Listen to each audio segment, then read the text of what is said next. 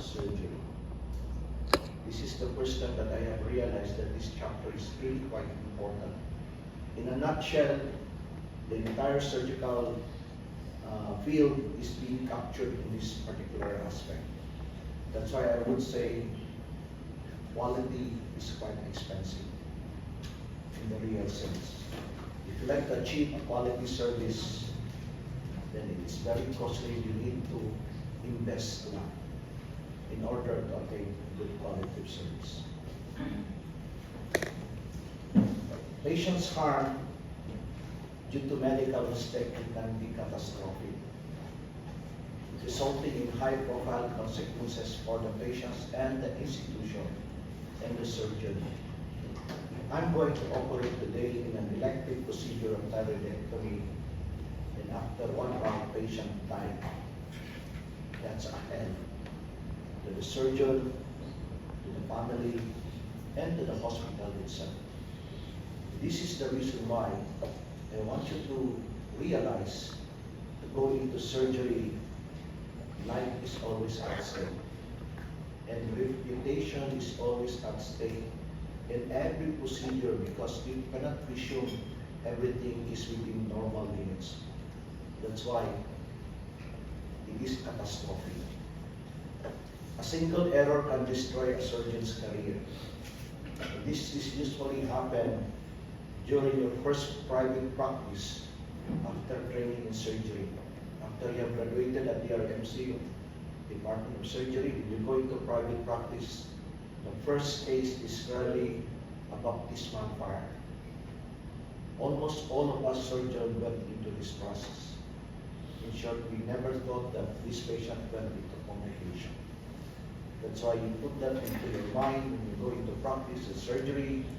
There is what we call baptismal fire. While mistakes are inherent in human nature, the ear is human, it is becoming more recognized that many mistakes are preventable. And this is the reason why, long before the quality was not mentioned in the textbook of Schwartzs, but because of the billion of litigations in the United States, they invest on quality. So patient safety is a science that promotes the use of evidence-based medicine and local wisdom to minimize the impact of human errors on quality patient care. Wrong site, wrong procedure surgery, retained sponges, unchecked blood transfusion, mismatched organ transplant, and overlooked allergies. Could you imagine? Wrong site, wrong procedure, Wrong patient. ang dating ka sa right, ang left mo giputol. Grabe ka pangatanda mo. It really happened. No? You operate with the cornea on the right, then sa left eye. Oh boy. Retained sponges, these are things. Allergies are all examples of potentially catastrophic events that can be prevented by implementing safer hospital system. Imagine allergy can kill a patient. And this usually happened, I think, if you have heard one of the biggest news, 5-10 years ago, at Cardinal Santos, patient went into CT scan or MRI unit. The patient was sedated. They had to mag-prostophobic ang patient, so we sedate. Pagsulod dito, hindi na kayo. And that was the last breath of the patient. The patient came out, okay, because the allergy. Modern patient safety is by reviewing key measures of safety and quality component of culture. Preventions, and tools, assessment method, task management. In short, the modern patient safety encompasses a lot of things to look at. And every detail, they need to examine why these things happen, why that patient died at the MRI room for a simple diagnostic procedure. So medical care gone wrong. By the way, you are going to have exam this afternoon, right? And I always check the quality of my exam, and it must be lectured to you. So that's why you need to listen. Because by listening alone, I think you will pass. And if you fail, I don't have any reason to fail you. Diba? May gilecture na guna. Mag-emphasize pa yun na. Diba? Okay? So today, there are more medication, diagnosis procedures, and hands-on performed than ever before in the history of medicine. Because of too much systematic approach, every single person in the operative field are assigned specific tasks. So pag turnover niya ng specific tasks, especially nurses, assisting mo OR, 3 o'clock na. Paano ko? Time off na ko. Scrap out na sila. May kasi pakagpupira. Pag alamin mo, dahil na mag-down, tambok naman itin. Turnover. So with the change of the turnover, there is what you call an error that really happens. So that's why they pay detail too much on modern patient safety. Moreover, procedures, hands-on. So these are the medical care control. Moreover, treatment is now an endemic problem. If you have noticed in one particular patient, panoorin niyo ang chart sa medication sheet, kamay, napupat ka pages, napusog naman yung tambal kasi pininom. 34% of patients in the United States experience medical, medication, test errors, and system error may rank as the third leading cause of death. Could you imagine? Patient come to the hospital and died from medical error. 34%. Sa totoo, kung nata 100 ka po pasyente, 34% died from medical error. Medical error is an unintended act either of omission or commission. There was no intent to kill the patient, but when medical got wrong, you literally kill the patient. Or one does not achieve its intended outcome. The failure of a planned action to be completed like in error in planning, error in execution.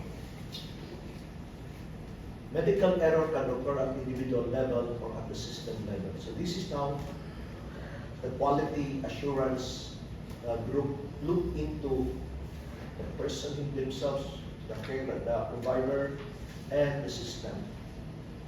The role of error may be complex, can sometimes tragically end the life of a thriving person with a long life expectancy, or it can accelerate and meet imminent death. In short, a young promising accountant, young promising lawyer, when they come to you, you tragically end their life because of this error. Most cited reports in 1995 by the Institute of Medicine that 44,000 to 90,000 deaths annually. Imagine, when they compile that in the United States because they're fond of documentation, this is what happened in the data. James in 2013 estimated at 210,000 to 400,000 annual deaths from medical error. The problem of dying from medical care gone wrong as the third leading cause of death in the United States. So nakamata sa Pilipinas, by the million siguro rin, sila documented 90,000 to 400,000. It is very important to know the magnitude of the problem of patients dying from the care they receive rather than of the disease or injury that brought them to care. So basically, this is now the eye-opening to them. And what are they going to do? Investigating medical error to learn from them can guide the local changes to prevent future events. So these are the strategies. Make error less frequently by following the principles that take human limitations into account. Make errors more visible when they occur so that the effects can be intercepted. Have remedies at hand when errors affect a patient. So this strategy seems to be to announce the medical error transparently. Example, operahan ka sa Hospital A, elective, namatay ka, i-announce na. Patient was operated by Dr. So-and-so in and died, blacklisted ang hospital sa community, and that makes them transparent. And they will analyze the individual within the system. So with this strategy now, would you agree? Ubang doktor, mostly ang mga doktor yung resist ani, makadaot mo sa reputation. But again, this was the action on the part of the management. Okay? And then at the same time, they will have remedies on this error. Unnecessary medical care, they went into this, accounts for estimated $210 billion in expenses. Could you imagine, because of the unnecessary medical care, they spent $210 billion. So in short, pataka ng border, pataka ng scam. This is the waste. The issue represents a significant opportunity to improve patient safety and lower healthcare. In short, kung kaning 210 billion, gigamit pa rin sakto sa patient's quality care, that will improve and that will save lives. Diba? So they are now trying to control the manner of management of the doctor. Long before the doctor is the king, captain of the ship, walay mo, supa. But because of this reality, that's why they try to invest the 210 billion to patient safety. That's why I said a while ago, quality is very expensive. Imagine 210 billion, you need to spend that. So 21% of medical care is unnecessary according to John Hopkins study. And 22% of prescription, taka at prescribed, 23% of medical tests, and 11% on procedure. Okay, so these are their findings in that particular study. 1/3 of the healthcare expenses is wasteful. Overtreatment and surgical care is opioid overprescribing. So there's a tendency for the doctor para magbalik-balik ang pasyente sa imuha, kakal sila opioid. That's unright naman sa Amerika. So patient keeps on coming back, and that contributes to the unnecessary prescription. Surgeons are the most common prescriber of opioids. I think surgeons, either sila ang user or a patient ang user, I don't know. Judicious opioid prescribing is important because the addictive potential. Many patients can recover comfortably after hospital discharge with non-opioid. So that can mag-improve without opioid. But some surgeon would like to give it para bilig sa pasyente baka pagtapos sa pira, wala sakit, basta ako mag-pira ninyo. Practicing strategy. Okay. The science of patient safety. Medicine is considered a high-risk system with a high error rate. Other high-risk industries have managed to maintain an impeccable low error rate, like the nuclear submarine program has an unmatched safety record. Like the Air Force, the Kamaylang Sipat, sa submarine of Bukag nuclear, about 5 to 10 billion US dollars will be wasted. So grabe lang safety conscious. Okay? Due to the insistence of individual ownership, responsibility, attention to professionalism, moral integrity, and mutual respect is very important. These characteristics have coated the culture context necessary for high issue. If you learn to accept the limitations, your mistake, and if this becomes a culture in every surgeon, eventually this becomes professionalized. Okay, so in short, we never condemn error, but we welcome error for learning and progress. So this is the message. Each operator develops ownership and maintain high quality communications across the street. So why are the nuclear submarine program, the air pilots have a very good success in terms of safety? Because they have maintained high quality of ownership and communications across them. High reliability organization. like the nuclear programs, aircraft carrier flight decks, nuclear power plants, as I mentioned a while ago. Assumption underlying the science of high reliability organization. In short, the medical field now are looking on these industries, not only what's about safety measures. So anticipate the complex problem of complex system like in robotic surgery. In short, we never thought that treating patient is a complex problem. We always thought that it is a simple one. Actually, if you try to understand the human behavior, the human pathophysiology of the disease, this is quite complex. Because today the study of medicine is in the molecular level, the more it's complex. That's why if you fail today, and after taking the board exam, and then after 5 years ka mag-take, wala. Hindi mo nakatunan today, bahaw na. Because it is now the higher molecular biology. So the chances of passing is very near.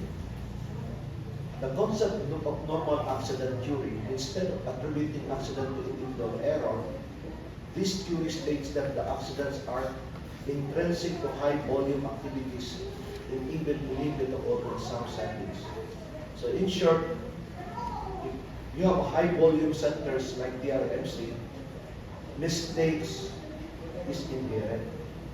Nakahagyon na. In fact, naghabi naman yung mga patient na appendicitis during the time of COVID. May pasyente na appendicitis, dili madala din sa OR kay screening pa man ang OR schedule. So, gibutang siya dito sa OPD, wala sa ER, puno mag-waiting area. Then, following day, nakitaan, okay na. Because of the high volume turnover. Accident should not be used merely to identify and punish the person at fault, but should be seen as a system problem and addressed in a broader level. Okay? So basically, lipay na ta. Dili na tama at fault. Salamat. Ang fault sila ni. Diba? So they are going to look into the system. Ano natapos na rin? Appendicitis patient, neglected case, forgotten case, namatay. So, unsa mo yung buhaton mo na kay pasyente, especially the rapid mass casualty event, what should have been done? Roslin states that even the best people can make the worst error as a result of latent conditions. So, isa pag sa maayo ng surgeon, kung nakakay 100 patients pabot sa emergency room, that can do that na miss. Okay? So, in short, we are now looking towards the system. High-risk system by Faro in 1984 have the potential to create catastrophe leading to loss of human life, despoiling the environment in the sense of the, have large number of highly independent subsystems with many possible combinations that are non-linear and poorly understood. So there are a lot of things that can be learned from high-risk systems, especially in the ICU. Sa ICU, anong pasyente mo are not necessarily comatose, but mentally deranged, or mentally disordered lang. So the patient cannot complain. Ang ganda ka sa taga kayo magtungan, paritak mo. Ikaw nito minaw mo. Eventually, music to your ears na lang ng mga alert system, but actually it sends a message that something is not going. So high reliability organization theory suggests that proper oversight of people, process, and technology. So if you like to become a highly reliable organization, you have to look into the people, the process, and technology. Common characteristic, people are supportive of one another. So at mga highly successful organizations like the Air Force and the nuclear submarine staff, their people are supportive of one another. People trust one another. People have friendly, open relationship, emphasizing credibility and attentiveness. The work environment is resilient. In short, they trust each other that you will perform your function, assigned tasks in every operation. So kung retract na ka, karunod nila ni mo retract. Para magwapo ang feel kay usahay pag retract ni mo, nagdugo. Pag ikatuli mo likod, buwian ni mo, kalog ka. Diba? O, so, sabot nagdugo, muna ng mga doktor, mga soldier, kusog kaya mo, shit. Inside the OR, shit. Kasingin lang mo, bisip siya sa'yo. So basically, in short, we also provide respect to one another. So this is the characteristic that achieve highly reliable organization. Developing this characteristic is an important step toward achieving a low error rate in any organization. Safety culture is a measure used by hospitals nationwide to improve outcomes and is increasingly recognized as a metric of hospital quality. So now they emphasize the safety culture. Okay? So basically, that's why I told them din sa their MC, don't be callous for every patient's death. During my residency, pag nalay mamatay isang pasyente, gross neglect, we will be automatically kicked out of the training program. Gross DRMC, sa pagbaldi, 30 na namatay pasyente, di pagyapon makikaw. Why? Because the management in itself is not so concerned about it. So it really starts with the top level management that you have to have a safety culture. Inculcate that in every person, from the doctor down to the janitor, the safety culture aspect. Especially in charge sa preparations of the equipment, sterility. It's very important. May doctor na napiso because of surgical site infection, facilital arthroscopy. What time was kulungan? So basically because of one fault, the entire process, the patient will suffer, the doctor and then the institution. So this is now the conceptual method, the Navidian model. So the Navidian model, this is now where the patient safety culture sets in. Changes in organizational structure, changes in organizational process and outcome. What is the doctor here? Process. So, kung defective ang imong structure, defective imong process, you don't expect a good outcome. So these are the three things in the Dunavidian model. Structure refers to physical, organizational good treatment, and policies that improve safety. Okay? Processes is the application of this tool, equipment, and policy procedure to patients. Good practice in evidence-based medicine. So in future, for every equipment that is present in the hospital, there must be a policy. There must be a process and procedure how to use this machine effectively, safely to the patient. And outcome is the result of patient. Outcome measures us how often our patients harm. Okay? Example, if you are using the MRI, ilang mga pasyente after MRI suffered from traumatic psychological aspect. Something you need to examine. In this model, the structure, how care is organized, the process, what we do, influences patient's outcome, the result achieved. Dunavidian model. Okay?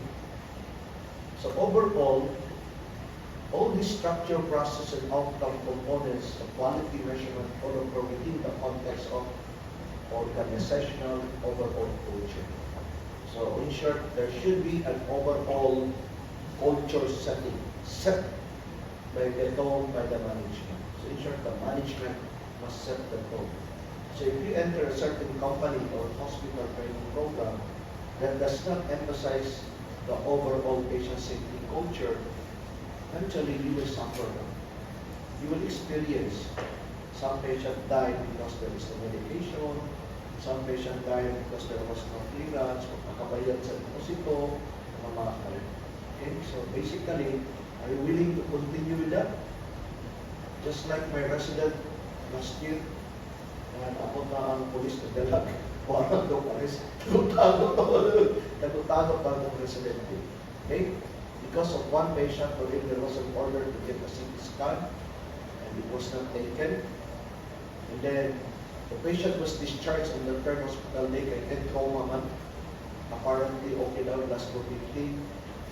Wala naka-discharge, kaya wala pa ng maayaw feeling. But the resident, just do a haphazard assessment. Okay na. Pagka fourth day, nagsuka-suka ang pasyente, pagkagabi, ipaskat ng CT scan, hindi pwede, kaya gabi, may balakon sa hospital, makuha ng CT scan. And suddenly, patient died. So, ikiha mo residente. So, you can be sued the government hospital. They cannot sue the government hospital, but the person who run the government can be sued. So the local culture impact all aspects of the delivery of care. So if the top organizational level emphasize on patient safety, it should go down hangtod sa janitor, hangtod sa tigkok, tiglutok, kung tiglabay basura, at may labot nila sa patient safety, labay ng basura. But it should be part and parcel. So impact culture, the collective attitude and belief of caregivers is increasingly being recognized to be the fourth measurable component. Okay? So structure, process, technology, and the culture. It should be the fourth. System change resulting from medical error. Lack of supervision of in-training physician, overwork and understaffed. By the way, pang 11, i-remind ko, taas mo nila siya na topic mo job was complication. But I really would like to emphasize this because as a young student, gusto ko mag-improve sa human, quality, and patient cultures safety. So lack of supervision in training physician, overwork and understaffed. This is true in the government hospital. And then, yung sense of ownership of your job is lacking. Basta, trabaho lang po, 8 hours, suluhan lang po. Kadawat ako 60,000. That's the salary of our resident. Minus mga pilal mga bano. 40 plus 9,000. Hindi lang palit lang. Diba? So, in short, wala kang sense of ownership. It's very important to have that sense of ownership. When you become a resident, always consider that patient, this is your patient. Anything that happened to that patient, you are part of the cost.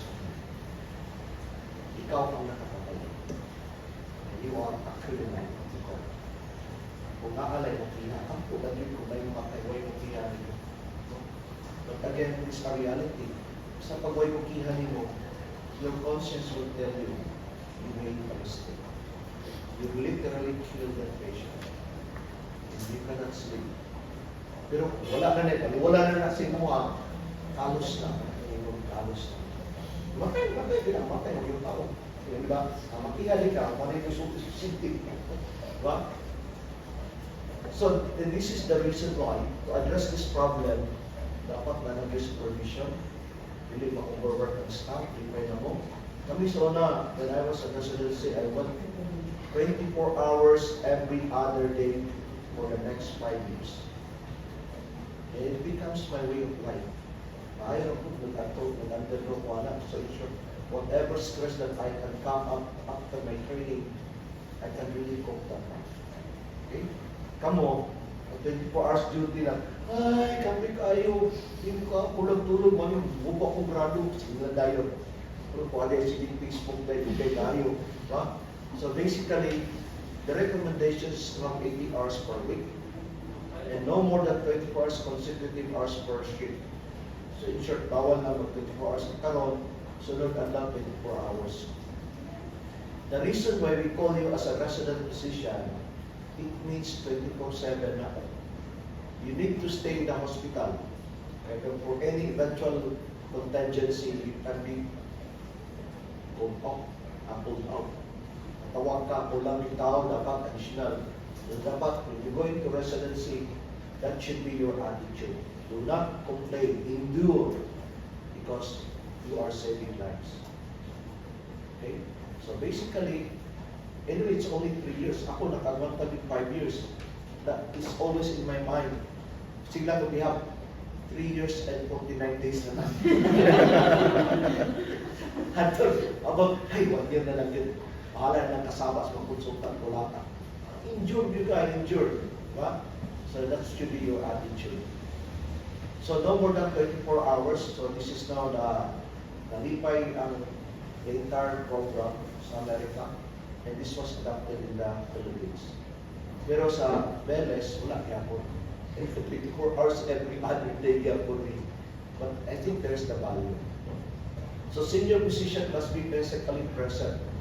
So i-address nila tulo ka identify problem nila. Creating a culture of safety. Culture is to an organization, while personality is to the individual. So, personality is individual din. Culture, organizational responsibility din. Okay? Organization and effective safety culture share a constant commitment to safety as top-level priority that permeates the entire organization. So basically, culture safety must start from the top level. Pero kung ang top level ninyo mga manager, the committee, really na ang iyang culture is not towards patient safety, towards collision safety. Diba? Hindi na kung madila na. Kung kanya kung palito na suture, kanya equipment. So in short, makita na mo. So basically, it's very important na when you become a manager someday, you become the head, the chief of hospital, always remember my statement. Pag mapurot ka ni imutian, it's a sign of corruption. Okay? So, tanga mo na yun. Tama gusto ko ba? Why? Because you have been for that position. So in short, the culture safety must be created in you. Isa pagtamo sa municipal health officers mo, always remember that. Culture, the top level, it should be. Siguro, attain na natin mo mga organizational culture, kung pa na yung outcomes ng pasyente, pwede na kapagawad sa mga yan. During retirement na, ayaw na, may klaro kayo. Di ba? So, may stop din na pag-abot din sa DRMC, yung dalawang nasakay, nasakyanan ng Volkswagen. Bao na ba? Oh. Tako naman kanya siya grando, ano?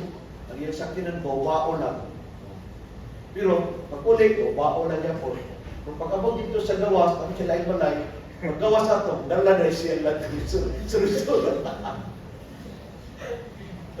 Because you are not allowed to enrich yourself when you work in government hospital. Okay? So, ko lang. Ay, pag-araw. So, shared characteristic, an acknowledgement of the high-risk error-prone nature of an organization. So, basically, if you have this characteristic na permeates na sa bawat individual, eventually, dali na tayo i-organize, i-achieve ang culture of safety. By tradition, as the captain of the ship, Dr. Morning, natanong yun sa mua sa surgeon, no? Direct opposition to organization. So usually, ang mga recidivist ng mga tao sa hospital, mga karing mga surgeon na guide and go, so-called management. No? Why? Because natanong naman doon sa amumay, we are the captain of the ship sa inside sa operating room. Sometimes, kanyang attitude maggawas, madala na sa gawas. Okay? Surgeons are less likely to acknowledge their propensity mistakes or to admit these mistakes to others. Hindi ko ang surgeon na admit na. Pero, during sa residency, na nangahubog na, maggawas na nilang masturya. Kung ang atong pasyente, gigla ng doktor nga, insert in GT. Insert. Okay, insert a larger one, double it. Anong residente? This is true when I was a resident. Bay, di ka mo ito doktor na insert double in GT. Saan mo pag-insert? Isa na may nagka. Ayaw ibat, insert din. Insert double. Pag nasa konsulta, uy, ang pasinti tao.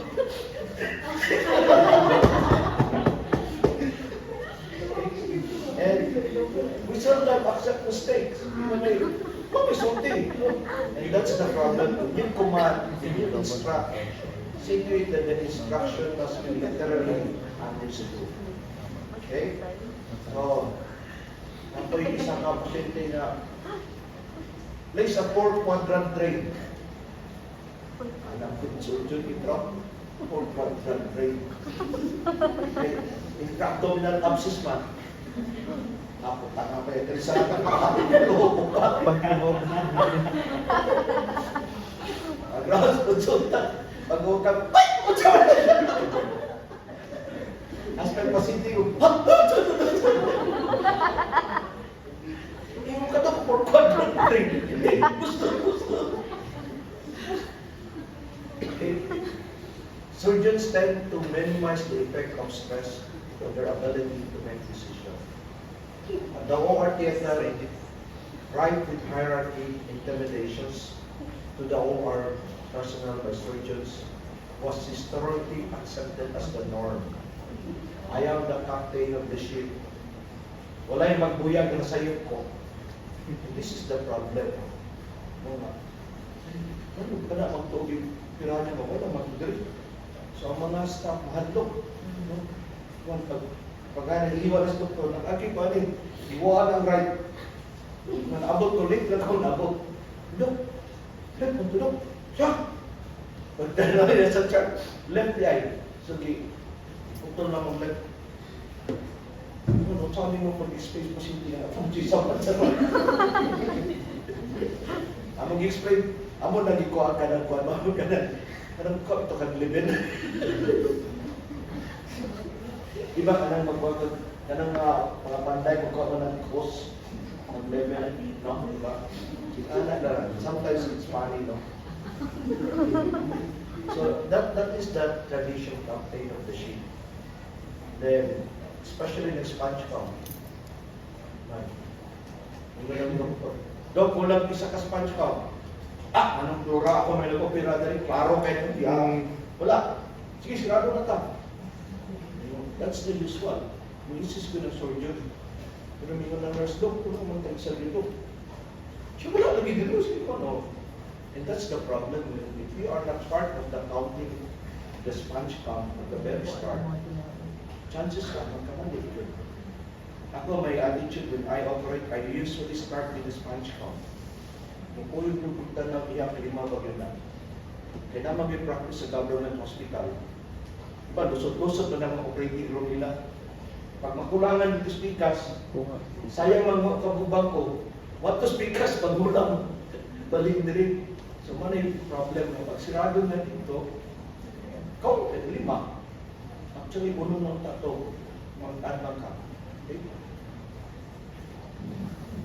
So, the field of medicine strongly values professional autonomy, which is correct.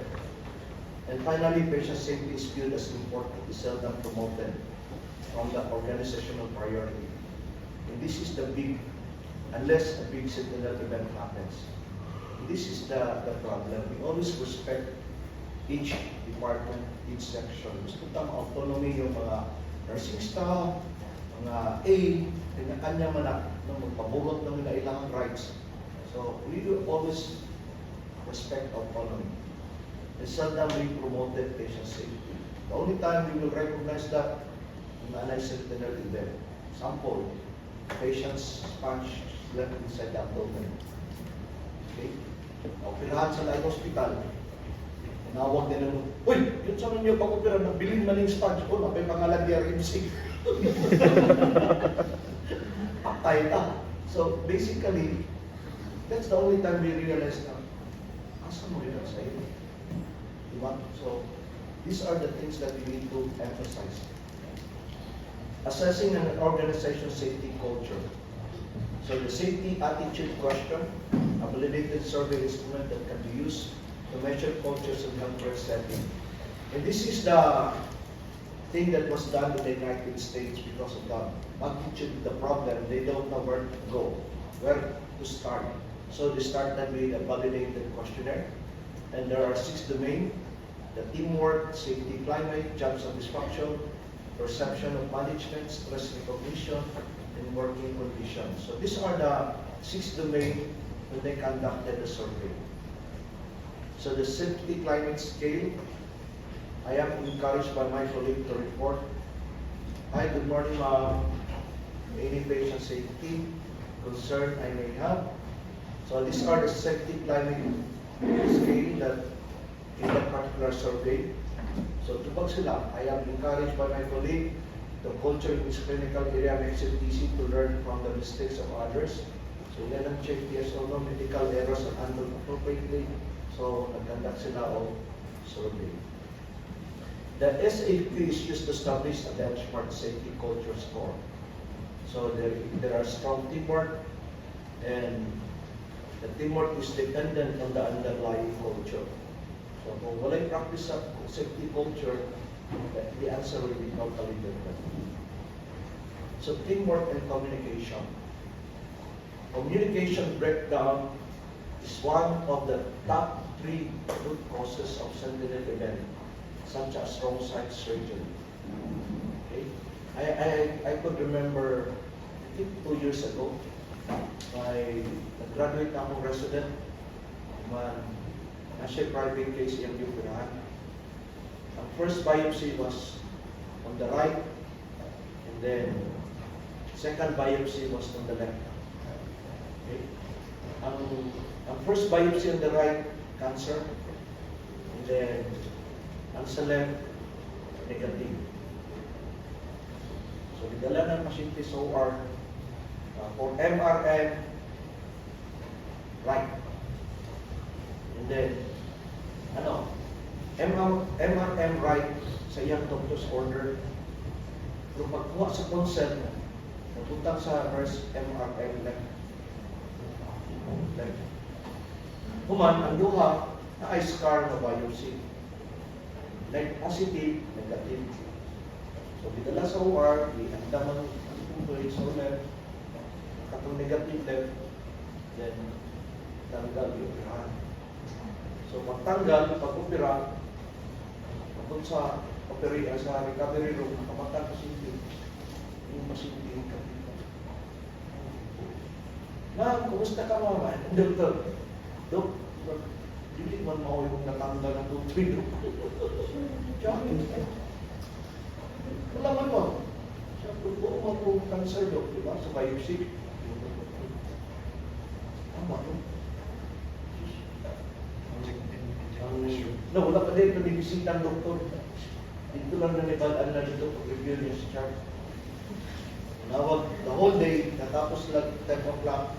Until 5 o'clock, ang doktor, parang pa dito sa operating room, inokpok. Kasi kabawod sa mga pagkatubang specific. Man, kuhan. Ay tama, nagkasturya na dahil sila na nasa iyo. Iyan kong itawag. Habang kuhan yun. Kung sumatapi yun, butuin sa ulo. Yan to po. Yan to may. Hindi nabakas. What I told the patient, Ma'am, yun alin mo na. Ito ba? Yun alin mo na ba? Kung na kayo cancer sa buo. Ang systemic man ng breast cancer, number 1. Number 2, the most common site of recurrence of breast cancer is congenital lateral sa pikas. So, nanay imong left, eventually in the future, tanggal yan, ha? Diba? So, pero karon 1 week from now, ato na nagkaroon. So, baru dia tumabot na po, baru dia kaya matanda natin po. Kung di pa ka na, pantay na pagtapos. Hindi na 1 point, di ba? Kuman, dakot-dakot tao sa ilang lugar. Manada ng mga anak, isupin mo, pundugin mo lalaki. So, explain na mo, wala mini, accept ko na sa iyo. Okay? But the right thing to do is to disclose transparently. Ma'am, sa iyo pagod label sa nurse.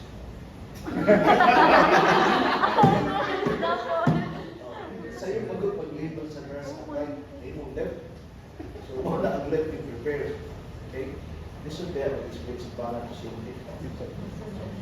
So the good thing with that patient, ang nakong niya din massive blessing in disguise, ma'am, nga. Ang-result sa biopsy na wala. Naku day cancer. Wala man na nakuha ka na. Diba?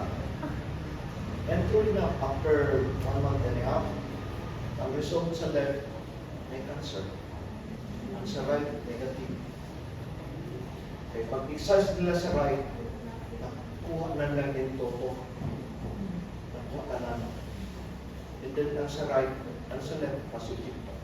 Sus, nanawag akong residente. Bro, salamat na kayo. And that saves the day. Silang nila. Okay? So, teamwork and communication. And this is one of the top 3 causes of sentiment event. So, poor communication contributed to 60% of sentiment event. Imagine, hindi namin mutaraw ko communicate. Example, 24 oras na ka na pupira. Okay na, ibalik ka. Kaya, cancer na nasa left, pupira na.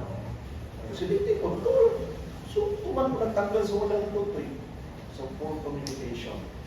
So, as a rule, whenever you take certain job or operation, you always go back to the history and it is your sole responsibility as a surgeon to check and validate the site of your operation.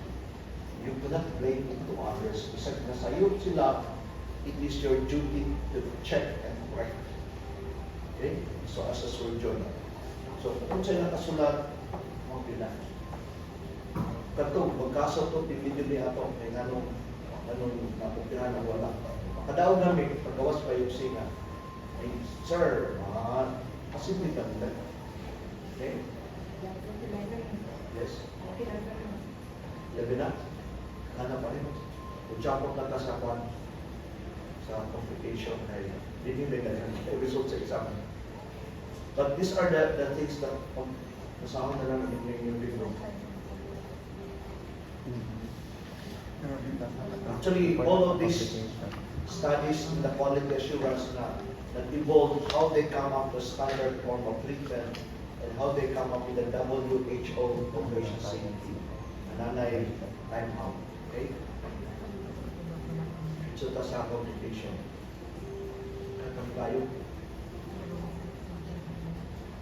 But I think I have already emphasized the concept of teamwork, the Dunavidian structure. So these are the things that how to prevent risk of performing roadside surgery, especially involved most commonly orthopedic. No?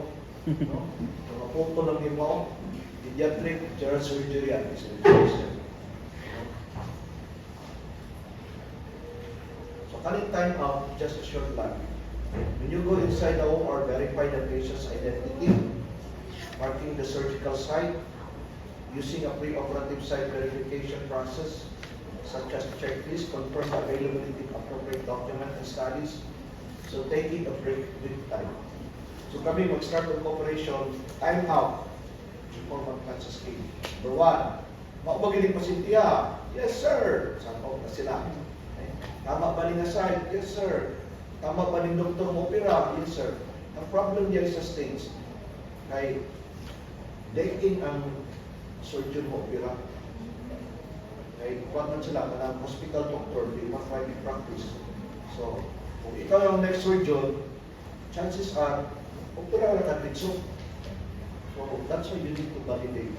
So, naging gap kailangan ilang system. Tungod sa kadaghan, and then sundalo ang mga doktor, so magpuli-puli lang. So, ba nang time out? And because of the time out practice, na-reduce yun ang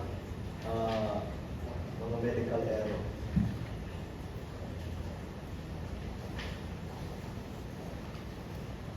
So you just read this.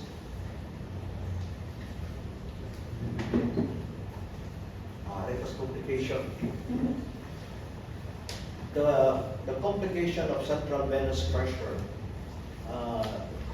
wherein you insert the catheter either through the neck or through the basidic vein, is pneumothorax.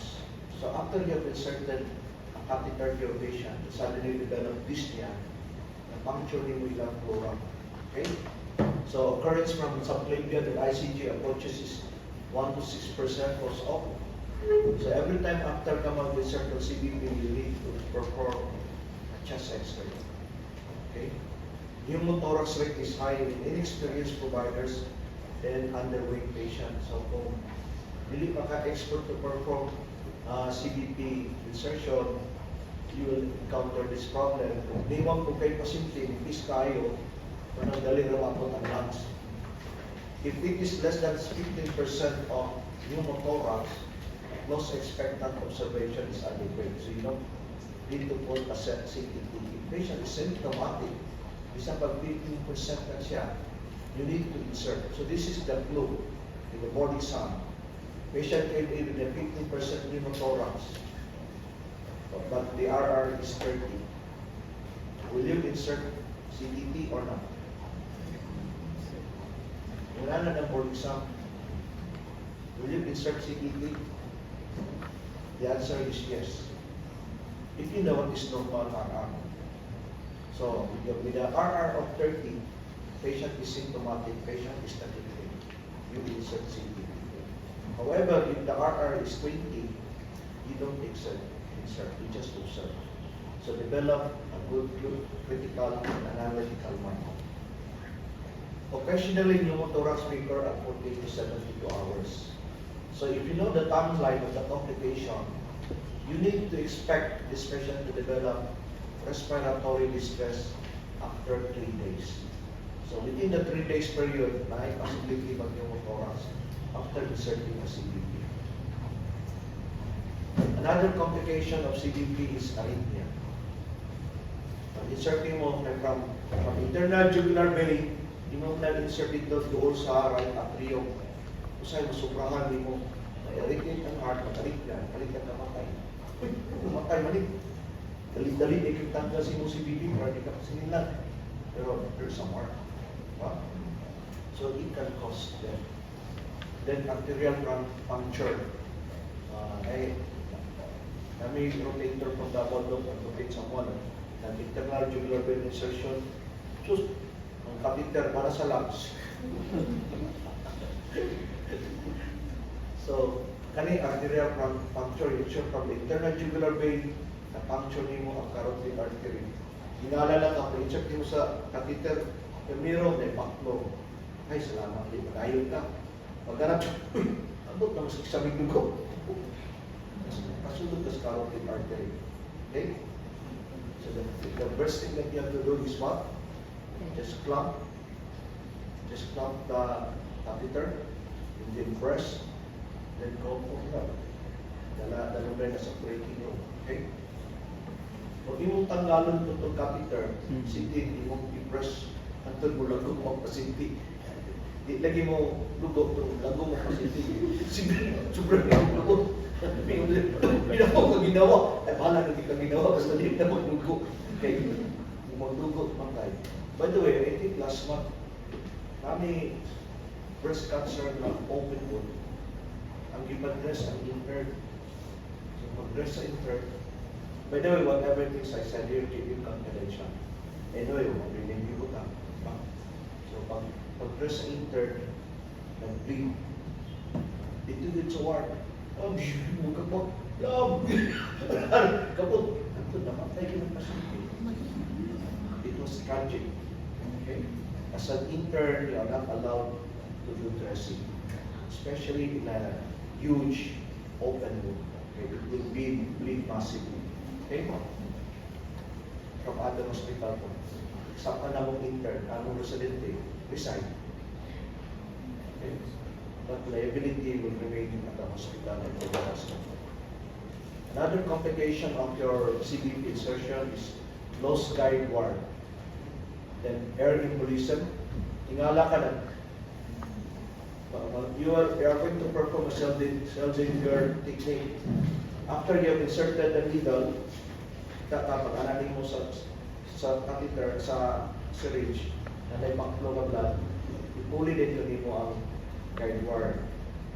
But after sa guide wire, ipuli din mo sheet, then remove ang guide wire. Kasi sobrahan mo sunod ang guide wire. Wala ito na sila. So these are some of the complications, but these are rare. Air embolism. You introduce air into the venous system, causing pulmonary embolism later on. Pulmonary artery rupture, especially if you perform a pulmonary artery catheterization. And then, sentinel bead. No? So kung after ka mag-insert ng CBP sa patient, eventually nag-hemoptysis ang pasyente mo, think of pulmonary artery rupture. Okay? So, what you will do, you have to inflate the pulmonary cut balloon in the initial step of management. Do not remove that, inflate the balloon, and then, kani will only hold through if you're doing a pulmonary artery catheterization. So, this goes beyond the CBP. And CBP, wala may balloon. Then another complication is CBP line infection, about 12 to 25% mortality rate. So you have a higher mortality rate of CBP line insertion versus the peripheral.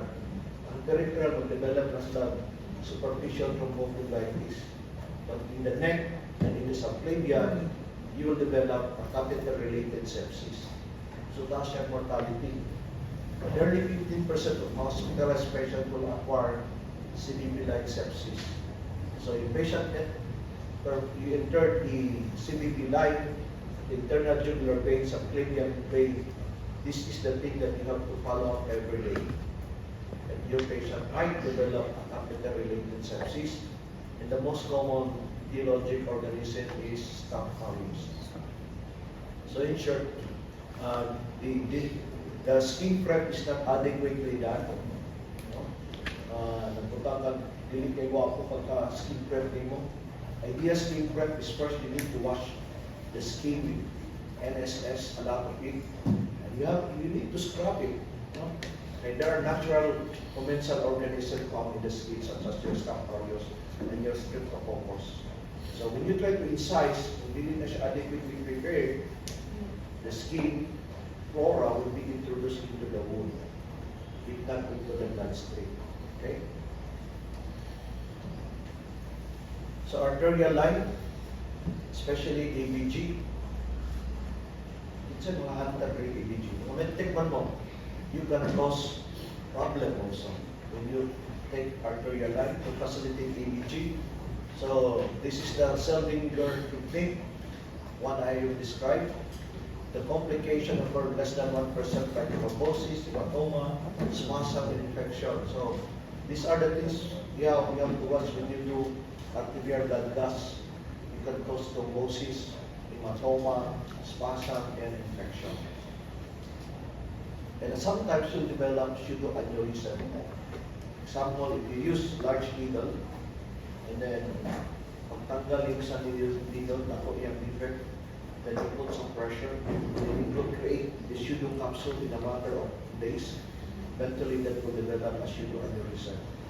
Sometimes you hit the radial artery, at the same time the vein, you create a arteriovenous fistula.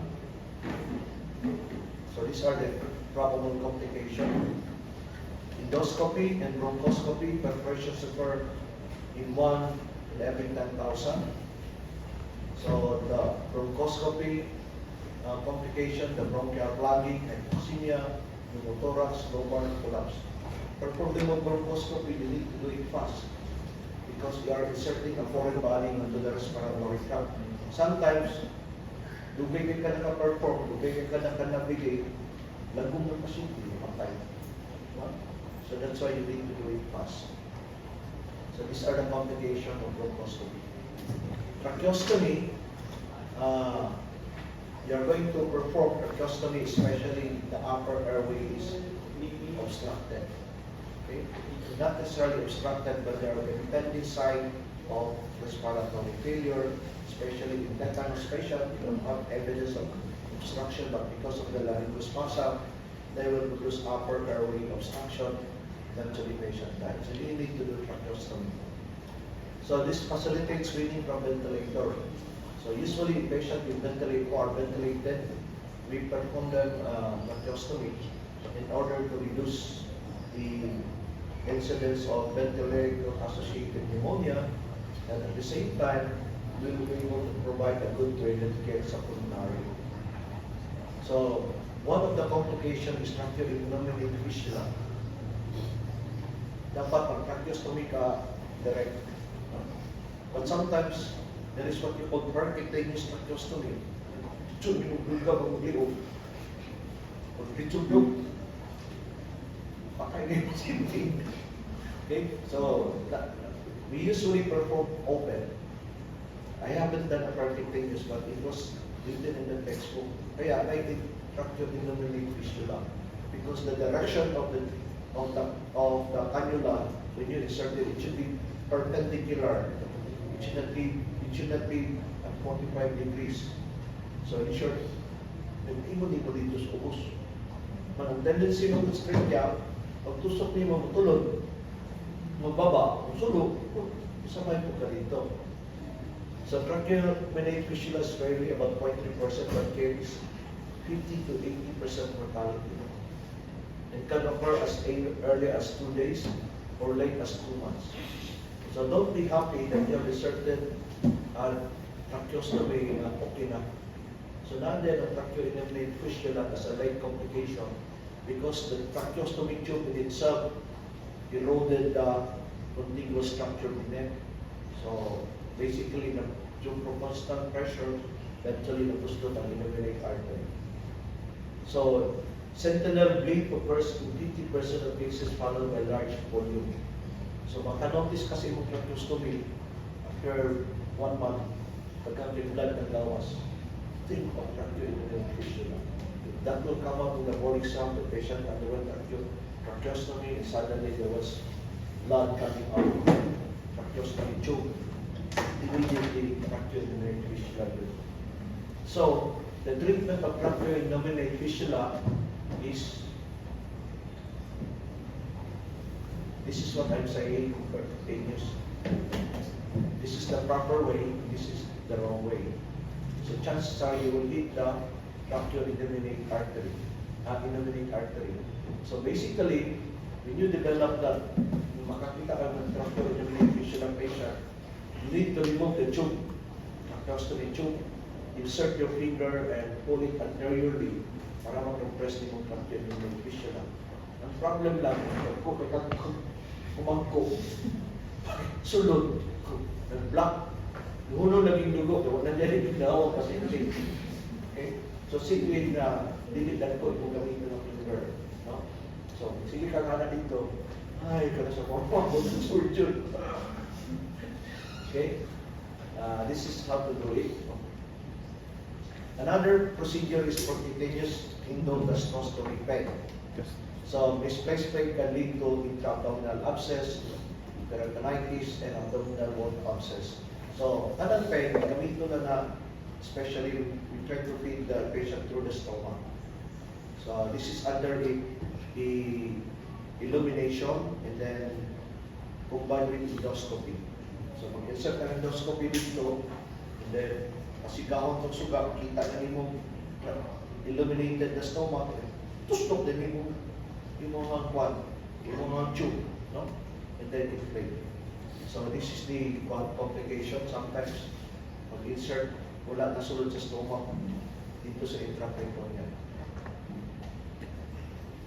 Tube thoracostomy, inserted through the CTT, complications, inadequate anesthesia, incomplete penetration of the pleura, and the lung diaphragm. So these are the, after tube removal, residual pneumothorax. So normally, pag butangin mo sa tube, situate na yung oscillation sa imong tubing na you are inside. It indicates expiration and inspiration. So when you remove the tube, situate na kapalsalva maneuver. Ma'am, ginawag lalong. Tanggal na yun. Kaya kung wala, siya nakabalsalba, you'll develop yung sindol niya mo thorax. Pag-repeat chest x-ray niya mo, uy, may gawin air na bilig. Okay? But if it's less than 15%, acceptable na lang. So, complication of angiography. When we talk about angiography, you insert the catheter directly into the arterial or not venous. Then these are the complications. You may encounter intramural dissection, bleeding, sometimes renal complication because the patient is allergic to the dye, especially if you do renal angiography. And contrast nephropathy, patient will go into renal failure because of the dye. So currently we've been using the non-ionic contrast dye in order to avoid complications of biopsy. Lymph node biopsy have direct and indirect complications such as bleeding, infection, leakage, seroma, infections, direct pressures for bleeding, then aspiration of seroma, infection, and the days after. So, if you are going to perform lymph node biopsy sa neck and interstitial lymphoma, and these are the probable complications: bleeding, infection, leakage. So, some of these patients will develop seroma. Seroma is a sterile. So the only thing that you can do aspiration. After 1 day, aspirate, and then after 2 days, balik na po, then aspirate na po. Proceed to the characteristic of the seroma. Sometimes the seroma is saliva.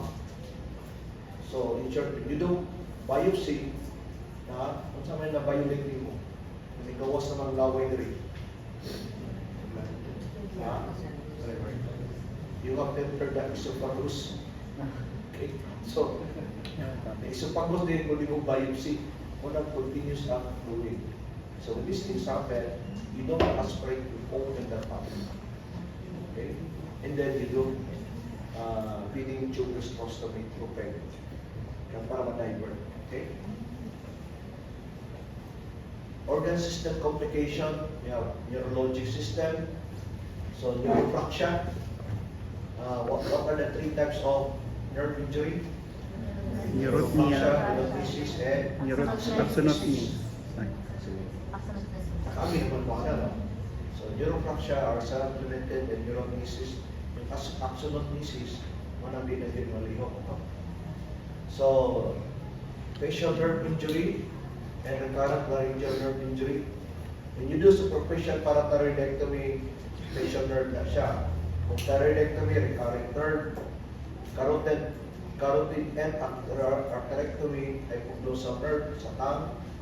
Kung prostatectomy, the nerve arientes, inguinal lymph at the neck, inguinal herniorrhaphy, you have the ilioinguinal nerve and the iliohypogastric nerve. Mastectomy, you have the low thoracic and the thoracodorsal nerve. So practically, this is a walkthrough of the entire procedure surgery. So after this, mas na complication sa different organs. Okay, so this is neuro. Then mental status change must be continually assessed. A non-contrast CT scan to detect new or evolving intracranial causes. So patient manifested post-operative with behavioral change. Dili din na mo rin sa kag-report to psychiatric. Because that's not normal. So the first thing that you have to rule out, get a CT scan. In short, we need to rule out first organic pathology before establishing the functional disturbance. So look for anong siya, anong behavioral change na siya. Get a CT scan, get an electrolyte. You know, an electrolyte, your sodium and potassium can really produce, especially your sodium, can really produce mental changes. If you are going to give too much, what type of fluid? What is the sodium content of plain NSS? Kung niya akong exam sa kanya, nagtila, magay na cancer. Ilang? Sodium content of plain NSS. Plain NSS, 0.9% sodium chloride siya. But what is the sodium content? Ayun. Balik mo si Kanyer, may ako na may straw ninyo. What is the electrolyte content of D5 water? During that exam, 55 students, only 2 got the answer. Man, wako kabalo, tinuod mo yun, siya kabalo, kaya yan ang mag-check, aana niya. Walay value, kung aana niya. Which is correct. A D5 water has no electrolyte content. No sodium, potassium, calcium, magnesium. When you become a doctor, by the way, from this day forward, you should know what are the composition of your body fluids, the compositions of different IV fluids, compositions of your content in your GI tract. It is a must. Rotate Medicinepedia, it is a must to know this value. Okay. You are going to play around these numbers. Patient came in with persistent vomiting. What are the electrolytes abnormality that may happen? Hyponatremic, hypochloremic, and metabolic alkalosis. Right? How much sodium is present in gastric juice per liter? Sige, tubag. Ano na po na po diri paper? How much? 60. So what type of IV fluid that compensate that has a value of 60 and above? Okay. How much chloride is present in gastric juice?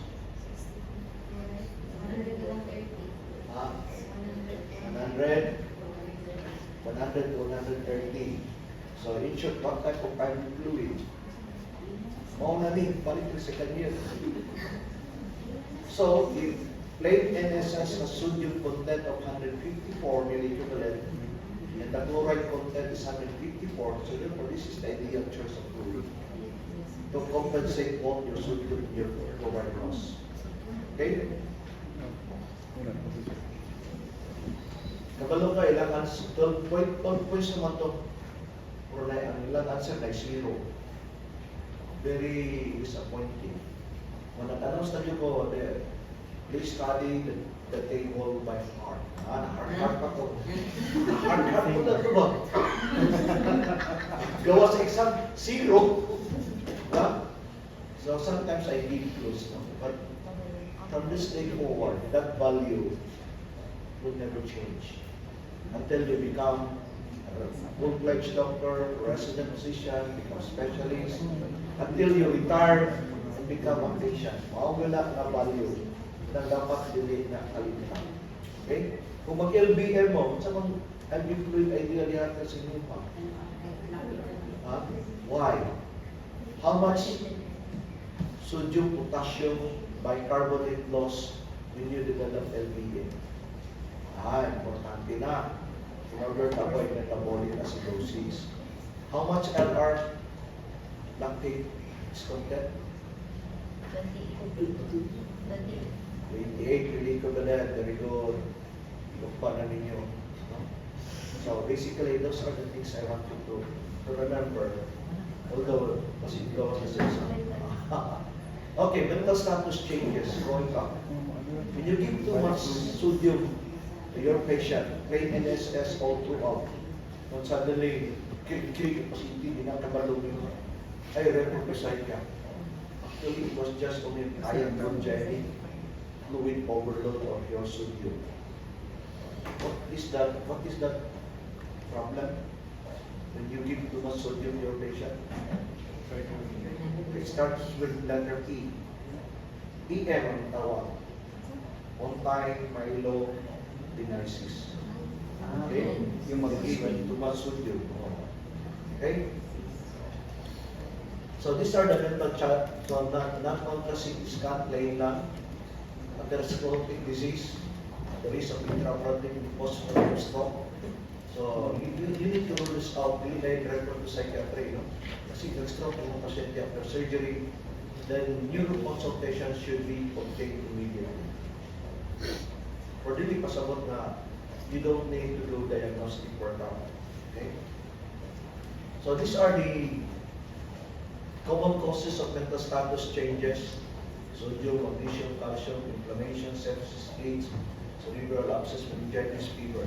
So if you were able to rule this out to your patient, probably that's the time you have to label this as a psychiatric patient. No? So if you have not done that, then it's not fair to the patient. Mabuntag siya sa mental hospital layo. So management includes adequate intravascular volume replacement and optimal oxygen delivery. Okay. I think if you are going to look into medicine in terms of the perioperative care, patient is only, you need to correct the intravascular volume and adequate oxygenation. Because the physiologic derangement usually happens when the oxygen delivery to your body up to the cellular level is affected, then it is lead to cascade of your immunofactors, that will lead to several types of sepsis. Okay, so the immune system dysregulation. So basically, you need to have adequate intravascular volume, whatever cases that is, and adequate oxygen delivery. So sometimes catheter-directed anticoagulant is needed to lyse the thrombus. You need to give the tissue plasminogen activator. Then endoluminal stent sometimes is needed in order to open the carotid artery thrombosis. So in terms of the eye and ears, we need to cover their eyes in order to avoid corneal abrasion.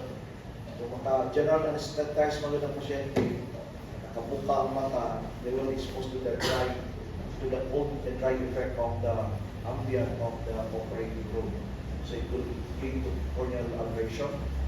And then persistent epistaxis after the GT insertion. Sometimes you will notice pag insert yung mga GT, hindi mo gawa sa ilong. Diba? So dahil na mo insert yung GT, nakawapa naman. Pag-care din yun, dahil na magawas. Kasi duha pa yun. Double. Okay, then contact, occasionally it can cause conjunctivitis. Kung may mga contact lenses, you need to remove that. And then persistent epistaxis, sometimes you insert the NGT into the maxillary sinus, into the ethmoid sinus, pinala ka. Hopefully, dugo ako pinulog pag walk of the NGT. So, evidence number 1. Then external otitis, otitis media, post-op air pain, and loss of hearing. These are the things that you have to watch in your patient. Makadungog ba siya dili? Sometimes you give ototoxic drug in the form of vancomycin, aminoglycoside 3% and 6% human. So the vascular problem of the neck, okay, complications of carotid endarterectomy, central or neurologic, an acute change in the mental status, because when you do manipulations of your carotid or your internal jugular vein, it can produce thrombosis, if not emboli, that will lead to stroke complication. Sometimes you may have emergent airway problem brought about by hematoma when you try to perform IJ catheter insertion or develop hematoma and it will compress your trachea such that you need an emergency airway intubation. So there are instances where you need to give anticoagulant to your patient, especially if patients are predisposed to early development of thrombosis. So during intraop, some patients will develop intraop hypertension during the manipulations of your carotid bifurcation due to the increased load of your baroreceptors bound in your arch of your carotid artery. And this can cause bradycardia treatment. You just flush that with 1% lidocaine on the carotid body. And another late complication is myocardial infarction. It's the most common late complications of carotid endarterectomy, manifested as the high blood pressure in arrhythmia. So, anticipate a late complication of carotid endarterectomy. I think I have lectured to you this last semester on the arterial diseases. So, thyroid and parathyroid gland, If you totally remove the parathyroid gland, which is the source of your calcium control, you develop hypocalcemia, parathyroid surgery, or sometimes you may not totally ablate the parathyroid gland, but you cause trauma to your parathyroid gland, so that's why it does not function. So you get an ECG, shortened PR interval. This is the earliest ECG finding patient to develop a hypocalcemia. So you can elicit tetany. You have this Bostic sign and the Drusus sign. So when you talk about paresthesia and laryngospasm, these are the complications following thyroidectomy and parathyroid surgery. So intermittent treatment includes calcium gluconate infusion. And what is Bostic sign? If you try to tap the facial nerve, it will produce twitching of your circumoral muscles. And Drusus sign, if you try to get the blood pressure, get the arterial blood pressure for 5 minutes, it will elicit tremors or abdominal tremors of your digits. So treatment, you just give calcium gluconate to your patient, and the patient develop tetany. The patient develop tetany, the threat of laryngospasm is there. So you need to do intubation to your patient, if not tracheostomy. And you give thyroid hormone replacement in all those patients under that local thyroidectomy. Sometimes you can have a recurrent laryngeal nerve injury, occurs in less than 5% of patients, and 10% are permanent. So these are the things that we need to explain. 5% ang a temporary neuropraxia, and 30% will develop permanent injury. So when you do a diagnostic laryngoscopy to your patients who develop a recurrent nerve injury, usually you will be able to demonstrate when you try to look at the vocal cords, the location of your vocal cords that is cut is in the paramedial position. Okay? So if not permanent, functions will return in 2 months' time after injury. Then, so sometimes after doing the thyroidectomy, mag-hoarseness of voice ang pasyente, indicative of recurrent nerve injury, but you don't need to intervene right away. You need to wait for 2 months before the additive procedures will be done in the form of stem the cord in a position of function. The permanent naman ang kuha niya, kung cut din mo totally. So dili na mo pa. So you just stem the vocal cords in a position na makasturya pa siya. Makasturya siya, ang problem na baka mag-aspirate, hindi niya mag-close. And then the respiratory system, the surgical complications that put the respiratory system in jeopardy are not due to technical errors, but due to malnutrition, inadequate pain control, inadequate ventilation, inadequate pulmonary toilet aspiration, and those serious pulmonary problems. So always think that the cause of your respiratory problems, such as pneumonia, pneumonitis, is not due to your surgery. And kung pira ka ng layer of lungs, kung pira ka sa abdomen, layer of lungs. So, in short, it has an external factor that causes respiratory problems such as ERDS, pneumonia, pneumonitis, pneumothorax, hemothorax. So, it was external from your surgery. But these are the things that we need to rule out as possible causes. So, as I mentioned, you have pneumothorax. Then sometimes you might injure the diaphragm. Opera the gastrectomy, and then suddenly after post-op mag-x-ray mo, parang intestine dito sa left pneumothorax. So, nabustod mo diaphragm. Or sometimes you develop tension pneumothorax during your intubation, and then patient was subjected to high pressure airway, put on lungs, and nagka-pneumothorax. And then you need to do needle tracheostomy. So any patient who come to the emergency room who are very dyspneic from the time of arrival from accident, think of pneumothorax. What are the PE findings? Again naman mag-PE, no? At sa inspection. check findings pneumothorax. Can you diagnose pneumothorax by inspection? No. Palpation. You need to, what's naman sa palpation? Resonance, di ba? So what happened when you have a lack of air versus no air? What's naman hyperresonance? Then percussion. So when you percuss, kung pneumothorax, what's naman? What pa yung x-ray ha? What's naman? Inspection, palpation, percussion, and auscultation. Decrease breath sound. Sigurado ka. Percussion, kung solid, kung produce ng hyperresonance, kung delay, hypo. Diba? Then kung palpation, wala kayo mabuwag. Vibration lang. Pneumothorax, that's the ear vibration. So you need to apply the PE. And then you are really dead sure. Because tension pneumothorax can cause instantaneous death. So that's why you need to think fast at the ER level. How many pneumothorax wala? There are only two things that can cause respiratory distress in trauma patients such as pneumothorax or pneumothorax. Okay. So you need to insert needle tracheostomy. Sa old textbook, we all usually insert at the second intercostal space. Insert the needle, gawas ng air, then there will be improvement in your vital signs. Usually, patient in pneumothorax will come with Gord's neck vein on the affected side, then hypertension, okay, and high peak pressure. So when you insert that needle, it can produce instantaneous relief.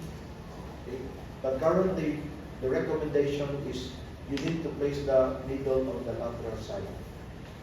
Because they have found out in the study, sa America, mga first aid responders sa ambulance, they are allowed to perform needle tracheostomy.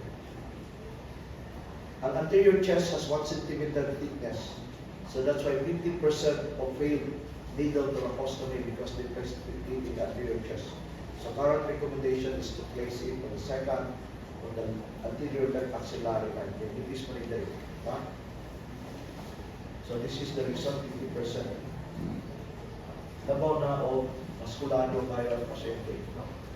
Pneumothorax, another complication, blood inside the thoracic cavity. You can remove this by CTT or do it with a VATS, video-assisted tracheostomy. Or sometimes you perform open evacuation, especially inside old blood. No? Retain pneumothorax. You do pleurodesis in those patients na refer. No? Then pulmonary atelectasis result of loss of functional residual capacity of the lung predisposed to pneumonia. And this is usually secondary to general anesthesia. So any patient develop respiratory distress immediately after general anesthesia, think of pulmonary atelectasis, which is the number one cause of your arrhythmia. An increase in functional residual capacity by 700 ml or more can be accomplished by seating the patient up greater than 45 degrees. So, ang positioning niya sa patient will improve yung functional residual capacity by 700 ml. So, always put your patients on moderate high back rest after surgery.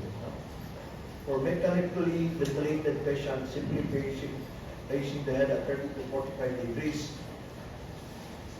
elevations delivering adequate tidal volume and 10 kg. So basically, when you elevate the head of your patient, it will improve your functional residual capacity.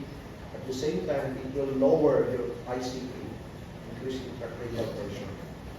So these are the maneuvers you have to perform in addressing lowering your ICP, elevate the head at 10 degrees or 30 degrees, hyperventilate your patient.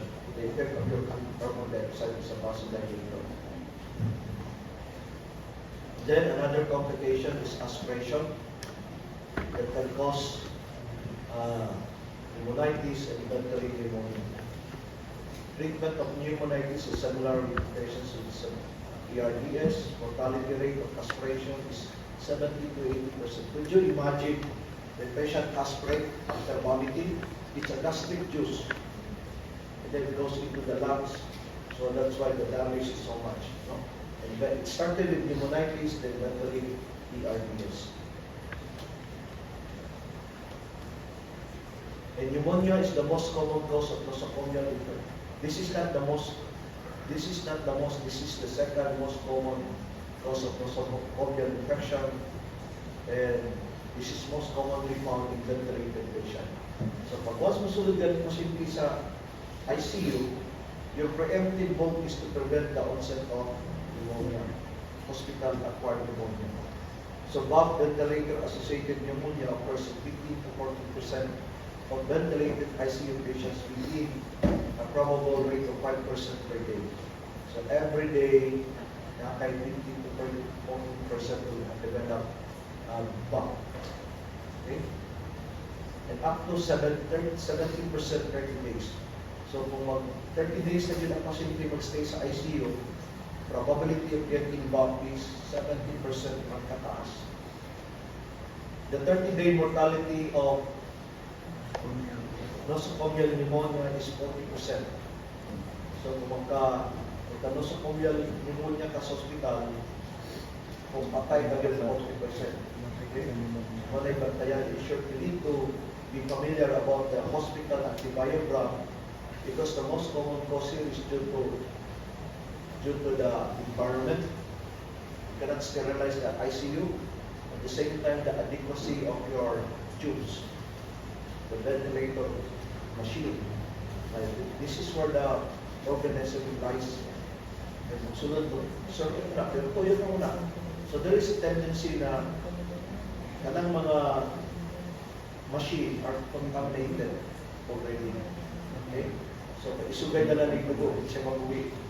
So siya dumunas ng ibang machine, lisod na ginawa, kasama ka, magpakaw na lang ka, mag-uwi pa ka, diba?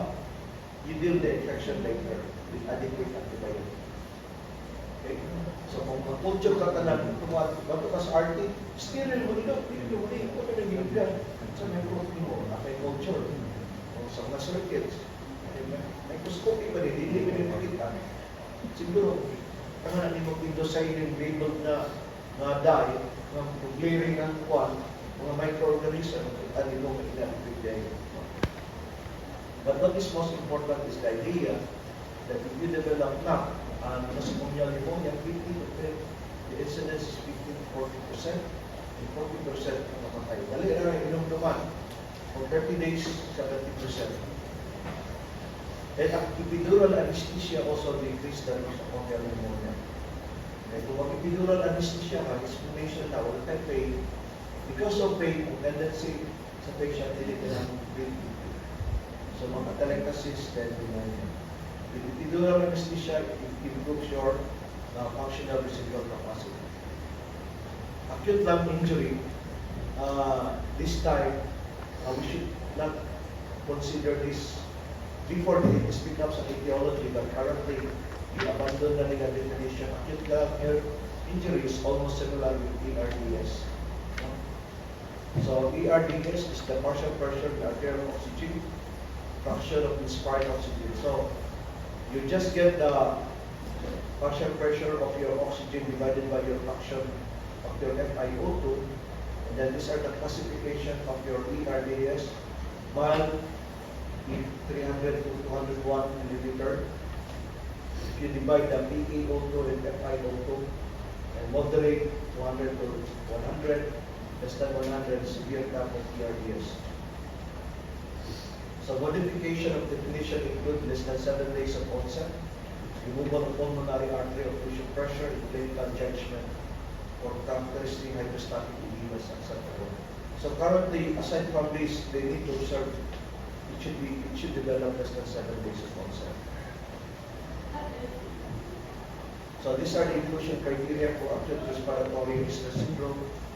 Acute in onset, the disposing condition, the PaO2 over FiO2 is less than 200, regardless of asleep and expiratory pressure. Bilateral infiltrates, pulmonary artery occlusion pressure less than 80, no clinical evidence of right heart failure.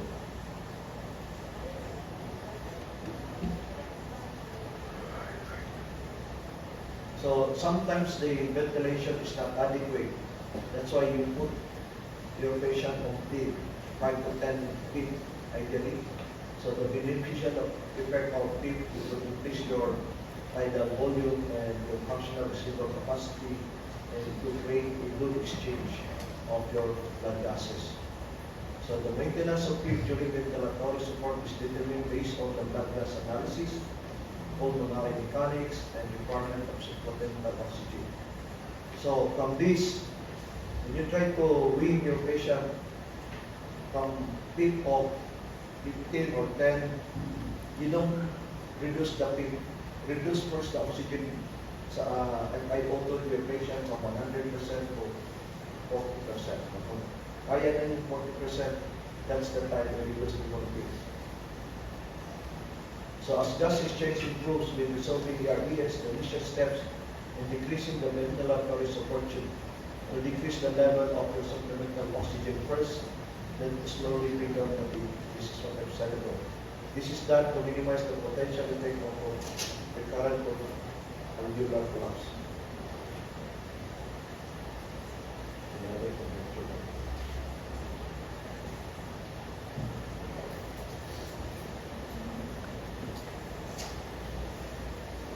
What's the time?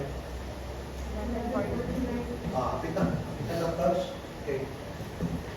So the use of weaning protocol for patients on mechanical ventilation is greater than 14 hours. So ideally, after patients are admitted to the ICU with ventilatory support, you need to wean them in order to avoid the development of shock. So it is the duty of the resident to do this within 5 days, 6 days, because your patient will develop pneumonia. So the use of weaning protocol for patients on mechanical ventilation greater than 14 hours. Okay. The tubing index is also known as the rapid shallow breathing index, is perhaps the best negative predictive instrument. Okay. So basically, this is the one that will guide us in terms of breathing. So you don't put your patient forever on the ventilator because there are a lot of complications. Malnutrition and poor nutritional support may be adversely affect the respiratory system.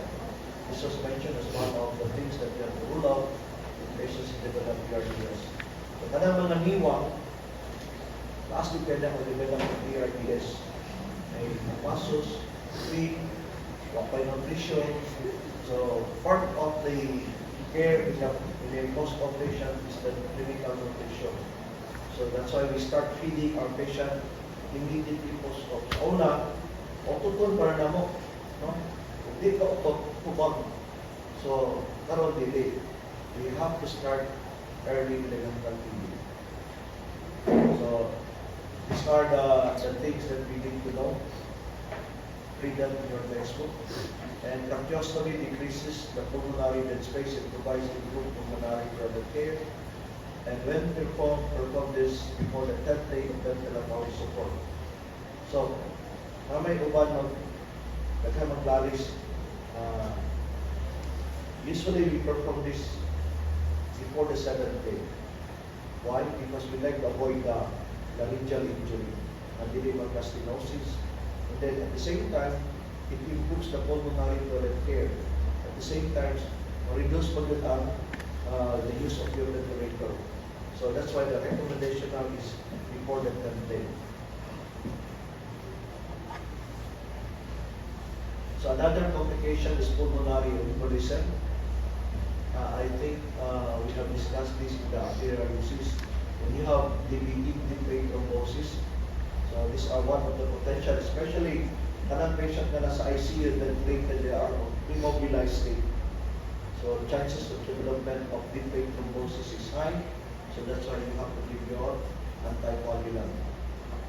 So how do you diagnose pulmonary embolism? First, you have a high degree of clinical suspicion. For pulmonary bleeds to imaging technique, such as ventilation, perfusion, ocular scan, or CT pulmonary angiogram. Wala pang tanag na rin. No? So CT pulmonary angiogram, seldom it's done. So chances are Dili na kita mag-realize sa pulmonary clinical eye. So the clinical finding includes elevated CBP, na naman kay CBP patient, hypoxemia, shortness of breath, hypocardia, secondary to tachypnea, and right heart strain. So initially, kung mag-develop ng pulmonary embolism, they will develop into acute respiratory distress. So that can be carbon dioxide level. But due to persistent hyperventilation in your patient, that's why mag-involve in more carbon dioxide. So these are the clinical findings I want you to concentrate and probably memorize by heart. We don't have the very availability of your perfusion of your scan and your pulmonary angiogram. So pulmonary angiogram remains as the gold standard. Alternative is the spiral angiogram. So we try heparin infusion until the imaging studies are completed. So we give heparin. You can give prophylactic heparin in patients whom you suspect to have clinical signs of the pulmonary embolism. So you apply your compression device, part of our lecture on arterial disease. Apply ka ng mga compression stocking. At the same time, you give your unfractionated and low molecular weight heparin. In some patients in high central United States, they use the inferior vena cava filter, and then in order to, whether to retrievable IBC filter or permanent one. But most oftentimes, it becomes a permanent. But I think the recommendation here in our previous lecture was to remove the IBC filter after 30 to 40 days. Okay? So the cardiac system, another complication that we need to watch out. Arrhythmia are often seen in the preoperative period in elderly patients. So in short, most cardiac patients, most elderly patients have cardiac problems. So you watch out for arrhythmia. In fact, arrhythmia is the number one cause of sudden death. Then another complication is atrial fibrillation is the most common arrhythmia occur between days 3 and 5. So if you are astute enough as a clinician and you know your patient is high risk, elderly, hypertensive, diabetic, you need to repeat your ABG on this time frame within 25 days para ma-establish din yung arrhythmia. And most often times, na mo siniti, nag-sudden mo siya tachycardia ng atrial fibrillation, namatay. But actually, if you are aware that this is the onset time, then you need to perform your ECG on the third day before this patient becomes symptomatic. May asymptomatic atrial fibrillation. So, in order to preempt the problem of retractable AF. So, first line of defense, beta blocker lang, calcium blocker, kung dilig ba yun, kung bigongsin ka, kung dilig ba madala, cardioversion. And a lot of our patients died from paroxysmal atrial, died from uncontrollable atrial fibrillation. So ventricular arrhythmia, another form of arrhythmias, cardiac ischemia is a cause of postoperative mortality, acute MI, and present insidiously, or it can be more dramatic with a classic presentation of shortness of breath, severe angina, and sudden cardiogenic shock.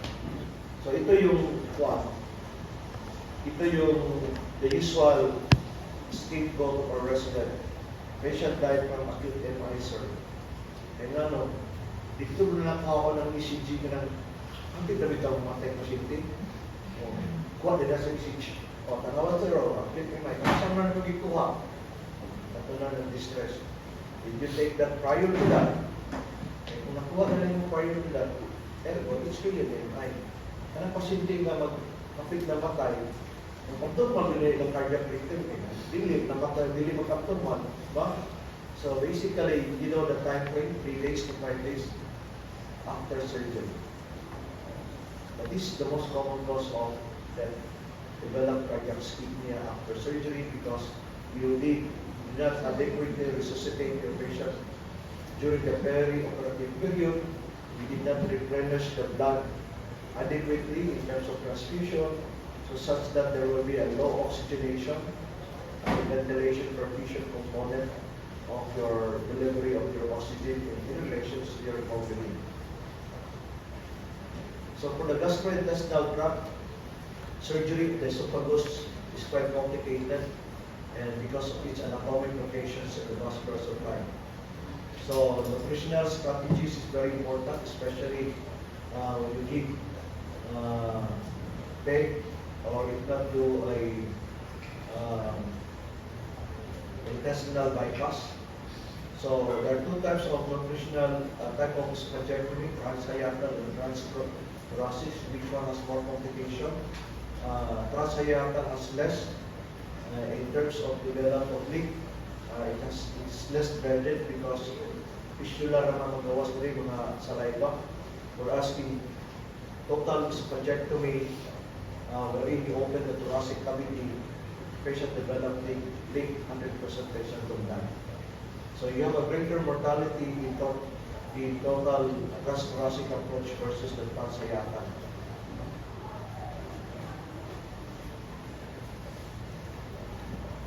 So commonly used are metoclopramide and erythromycin. So the action is immediate post-patient develop vomiting, or you give your metoclopramide, which has a limited action only in the stomach and then the duodenum, and helps in treating the gastroparesis. If you're paralyzed after ang stomach after surgery, that's why you develop gastric atony and patient develop vomiting. So the action of your metoclopramide is only up to the duodenum.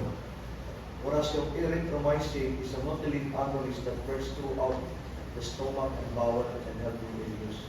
So during surgery, after surgery, the first one that will return its function is the stomach, followed by the intestine, and then by the colon. Usually the third day. Okay? So if patient did not pass out flatus after the third day, think of oncology. Be sure this patient did not follow the natural course of the disease of recovery.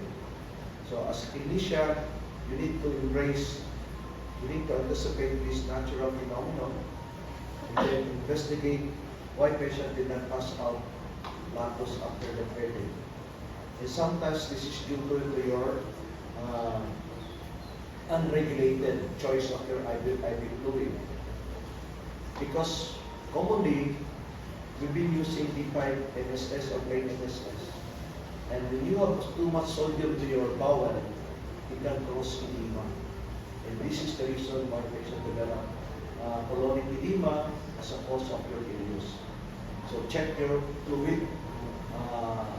That's why you need to know what type of IV fluid. Okay?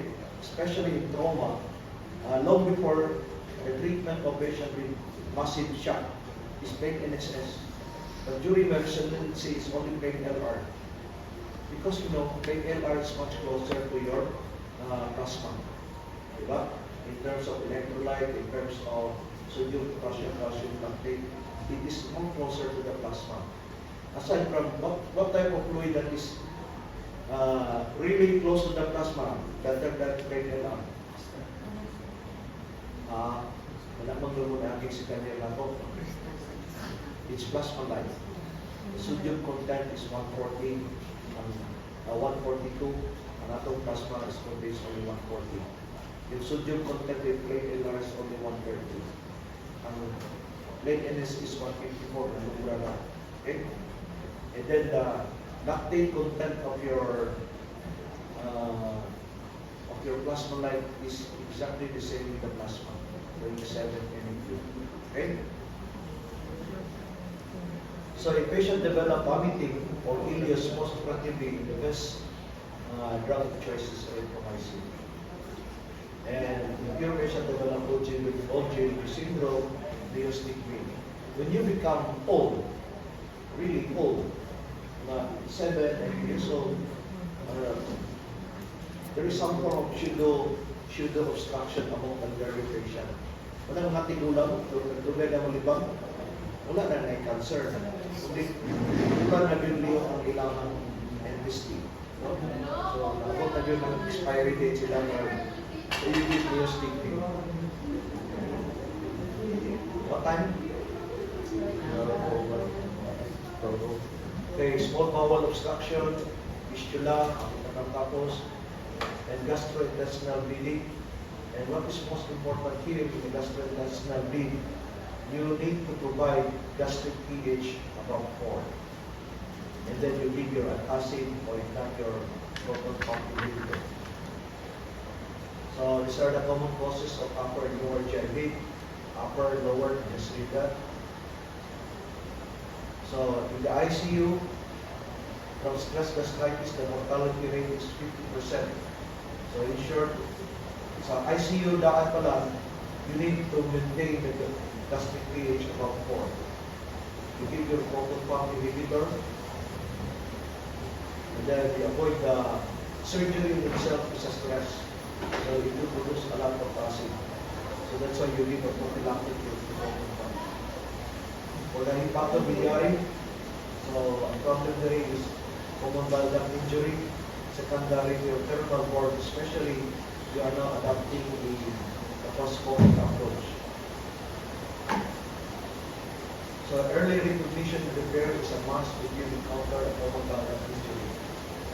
So technique of ischemic injury to the common bile duct. So after fully okay po si ma'am, especially after prostatectomy or not able to dilate the cystic duct properly, if not the baby was not adequate, develop ng simple ng myeloma, patient will come back to you with abdominal mass in jaundice. So the treatment, if patient develop myeloma, you just put a biliary stent and aspirate the myeloma. Okay? And the most common cause of hyperbilirubinemia cause of is cholestasis. Meaning to say the common bile duct will not function for about small bowel for on last 9 day of return of function. So errors in surgery that cause hyperbilirubinemia largely involve iatrogenic. Sure, you have dilated the common bile duct during surgery. So presence of cirrhosis, commonly among alcoholic patients. So this is now down the child classification. So when you encounter a cirrhotic patient, you always classify them according to child's A, B, C. Prognosis is worse in child C. So pyogenic liver abscess, commonly found about 0.5% in adult. This is common prior to the advent of good antibiotics. No? So pyogenic liver abscess. And currently, most of the times, this is secondary to surgery. Okay, pyogenic liver abscess. Most common liver abscess now are OAD. So pancreatitis, commonly encountered after you did your ERCP, intraoperative cholangiogram. So you get your amylase and lipase, if this is elevated, and you have to watch out that this will not go into a fulminant type of pancreatitis. So the treatment of pancreatic necrosis or abscess, it requires a repeated pancreatic debridement. Okay? So incidence of post-ERCP pancreatitis, you just give them indomethacin rectally after the procedure. However, if the pancreatic fluid collection is sterile, you don't operate that. You just give antibiotic and you need to drain that CT guider. So if ever patient develop pancreatic fistula, then this may response to anti-secretory, anti-pancreatic, and at the same time, the use of your somatostatin analog and do ERCP stenting. And majority of them will be spontaneously. So last, the renal system classification, you need to identify the post-renal or obstructed renal, and you need to classify whether the patient developed oliguria, and you have to measure the urine and hemoglobin of this patient. So this is how to differentiate a pre-renal and renal. Okay? So memorize this. Kung pre-renal gani, less than 20 sodium, more than 20 gani ang sodium, think of intrinsic. The common cause of pre-renal, congestive heart failure, cirrhosis. For intrinsic disease, shock, and sepsis. So acute tubular necrosis carries a mortality rate of 25 to 50%. So this is an intrinsic renal failure, and it's very important to recognize this because we need a renal replacement. We need to say we will bring this patient to early dialysis immediately possible. So the treatment of renal failure is due to myoglobinuria as shifted away from the use of sodium bicarbonate. So when your patient develops pre-renal type of failure, you don't give bicarbonate to your patient, but instead you resuscitate the intravascular volume, so replacement therapy. So the musculoskeletal system, and the most important aspect here that we need to concentrate is in the musculoskeletal system is the compartment syndrome. Sama to? Yeah. So the compartment syndrome, 20 to 25 millimeter mercury above will develop compartment syndrome. So in short, after a traumatic incident from a vehicular accident, nagko meron ng bangkak sa pasyente, bukod na kaya hikap, those are the signs of compartment syndrome. You have the 5 P's, pallor, paresthesia, paralysis, painless. Okay? So once you have the 5 P's, then think of compartment syndrome. Probability of complication is high. So you need to do immediate compartment mastectomy. There are 4 compartments in the leg, so you perform 4 compartment mastectomy. This is the most important aspect of the musculoskeletal system. So maintain the hematocrit value of 30% is to longer body. So currently, the hemoglobin that we look into is 7 milligrams. So we don't transfuse blood to our patient if the hematocrit is less than 30%. Kulang kami about 21%.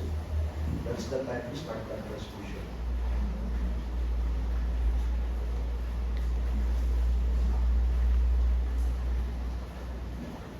So these are the incidents of your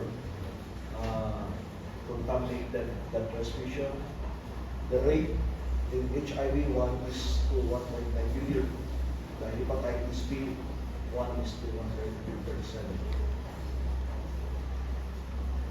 So the patient who developed thrombocytopenia may require platelet transfusion for a platelet count less than 20,000 when invasive procedures are performed.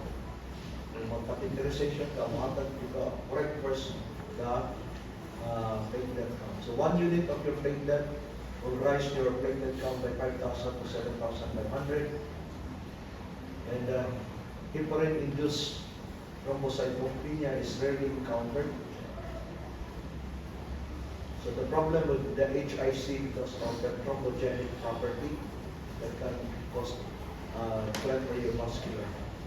So the sedated intravascular coagulation that usually happens secondary to massive blood transfusion with not severe sepsis. So you transfuse factor 7, 8, but this one should be used judiciously because this can cause also thrombosis later on. So abdominal compartment syndrome, after a massive surgery in your patient, after massive blood transfusion, your patient will develop suddenly acute abdominal distension. The patient develops acute abdominal distension. This is what we call the abdominal compartment syndrome. Really, it will block your inferior vena cava return of blood to your heart, such that your patient will develop hypertension. This is an emergency, surgical emergency.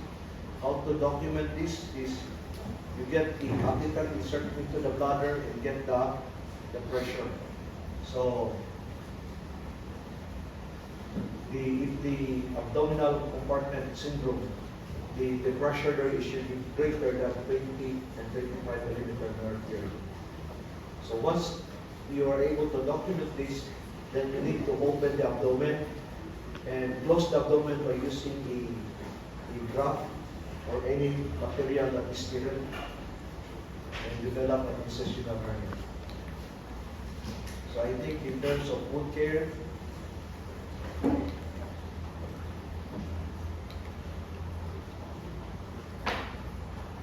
so in case of infection, placing a drain, we don't give antibiotic to our patient. If ever you put a drain, example, mayroon kang abscess, you open the abscess, the only time you can give antibiotic is less than 40 hours. After that, we discontinue. Why? Because the placement of the drain is in itself a direct source of control. Long before, we believe that the placement of drain can reduce infection because it's a foreign material. But remember, in abscess, it's already encapsulated. So you don't be afraid na yung drain may cause of infection. It's the other way around. So that's why sentinel drain to provide early warning notice of a surgical leak. So most of us, after surgery, after anastomosis, we place a drain. Kaya tawag na mo sentinel drain. And then kung magawas din ang kamunggay, pasabot ang anastomosis sa gastric and leak. Gawas ang tae, it means leak. So those are the function of the drain. However, when you are dealing with perirectal drain, essential niya sa management. So, ang healing mas faster if we place a negative pressure. No? An closed suction device, di ba kita mo na may Jackson crack sa post-mastectomy o sa abdomen. Negative pressure na siya, Maria, 70 to 100. Ang problem na, kung kanina siya nga pressure, nakapos ba siya o leak, there is no study. The use of antibiotic when drains are in place is often unnecessary, as the drain provides the source of control. So 24 to 48 hours of antibiotic use after drain placement is prophylaxis. So the number one common cause of nosocomial infection is UTI. Okay, so you have to secure the colony count. It must be more than 100,000 colony count found unit. And if you do not treat properly your UTI, this can lead to urosepsis and septic shock, especially in the hospital setting. So when we say complicated UTI, if this patient is hospitalized, uncomplicated can be treated as outpatient. So another thing of infection is candida infection in the urine, and infections elsewhere. So this candida and normal flora of the urinary tract system, it's not. But once it's present, it's indicative that candida infection is found elsewhere in the liver or any part of the body. So, mag-signal natin kung mayroon ng congestion. But candida is normally found in the feces. So, empyema thoracis, this is secondary to debilitating disease, secondary to pneumonia. And these are the common things that you have to examine when you examine a thoracic fluid. You need to do GS-CS, get the lactic dehydrogenase, protein, pH, cell count, and cell cytology. So you insert a CTT if patient with empyema and they perform BATS. However, in refractory empyema, kasi balik-balik, required decortication. So abdominal abscess, so you need to open this patient and then drain. But most of the times currently we no longer open. We just do a percutaneous drainage with antibiotic and CT guided or ultrasound guided. So the use of antibiotic usually is Tazobactam or imifidine. So necrotizing fasciitis, the one that I gave you, especially in corners, can read. So the most common cause here is streptococcus, so you give antibiotics that will cover it. It has a high mortality. So the sears, the lecture mo pa rin sears in no? So, Bore. and What is most important here, when you are dealing here with shears on trauma patient, is the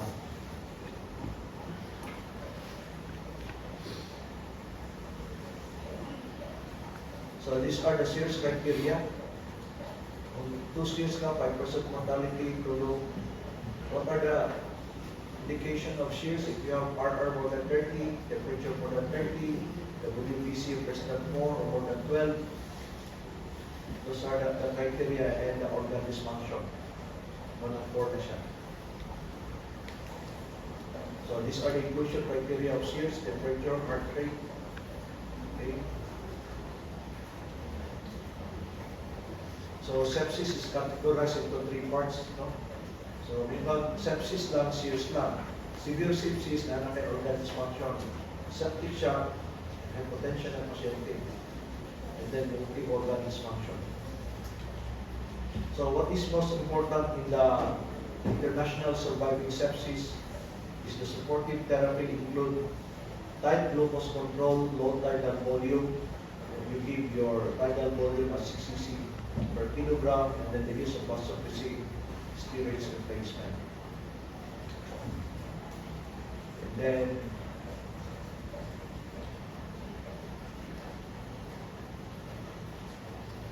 so some of the patient na prolonged starvation, na 5 days naka-empty, or then you try to refeed them, they will develop bleeding syndrome. So they will develop hyperglycemia, hypercalcemia, hyperkalemia, characterized by hypophosphatemia, respiratory failure, salivemia. What I really would like to emphasize, the most common cause of hypernatremia in hospitalized patient is under resuscitation. I need to say inadequate fluid, and conversely, for hyponatremia is due to fluid overload.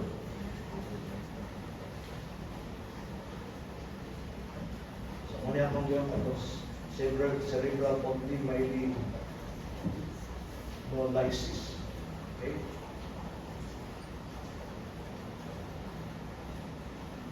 And what is most important is the glycemic control. It should be within 180 to 200 milligrams. You will have a better survival.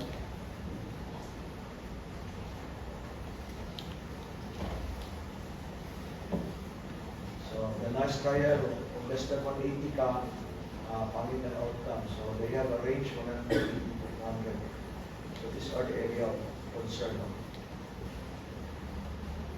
What is most important in the survival sepsis campaign is that you need to resuscitate your patient within the first hour.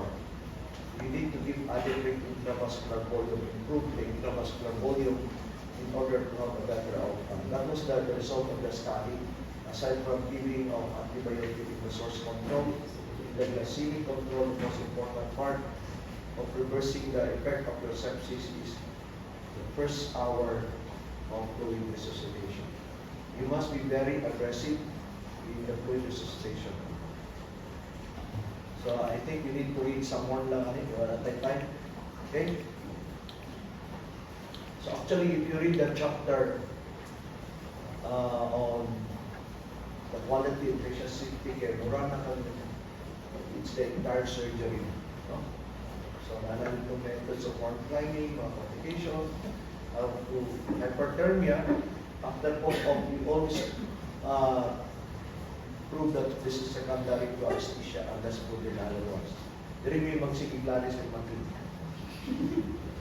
Malignant hyperthermia is that cause death. Ano man yung take note? Any patient that died within the first 24 hours is considered anesthetic death. So, ako lang ginagpunta sa chart. Anesthetic death. Ay, hindi pwede.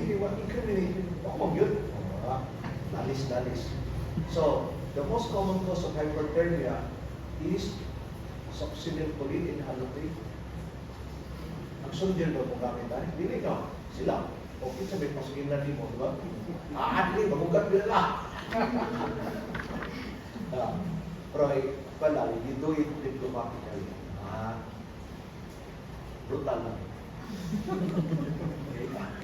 So, these are the possible causes of hyperthermia and hypocal and hypertension. All okay. By the way, In any post-op patient that develop fever, there are 5 common causes of non-infectious, and there are also causes of infectious. So what are they? 5 common causes of post-operative fever. Number 1 is atelectasis. Number 2 is hypothalamic. Okay? Kalimot ako sa uban. Tamo na yung pangitaan na. Ha? So in short, you don't label patients that develop post-operative fever secondary to infection right away. Number 1 is pulmonary atelectasis, especially kung under anesthesia. You don't consider pulmonary atelectasis kung spinal ang pasyente. Okay? So kung general gani anesthesia, si Dr. Matinga, no?